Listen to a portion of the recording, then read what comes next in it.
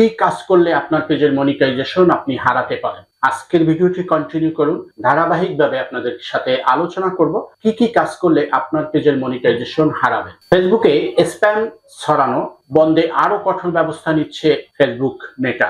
অতিরিক্ত হ্যাশট্যাগ দিয়ে ছবির সঙ্গে সম্পর্কহীন দীর্ঘ ক্যাপশন লিখে অ্যালগরিদমকে বিভ্রান্তি করে আয় করা আর যাবে না ফেসবুক থেকে। সম্প্রতি এক ঘোষণায় এ তথ্য জানিয়েছে ফেসবুক মেটা।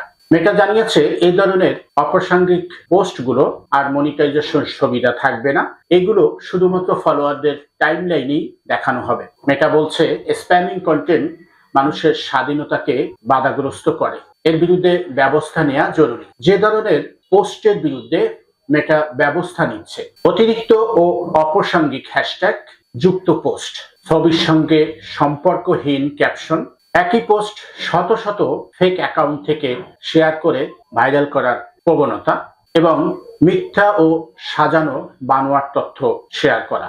এইসব কর্মকাণ্ডে জড়িত অ্যাকাউন্টগুলোর মনিটাইজেশন বন্ধ করা হচ্ছে এবং এমনকি এই অ্যাকাউন্টগুলো গুরুতর হলে অ্যাকাউন্টগুলোকে মুছে ফেলারও নির্দেশ বা মুছে ফেলতে পারে ফেসবুক মেটা।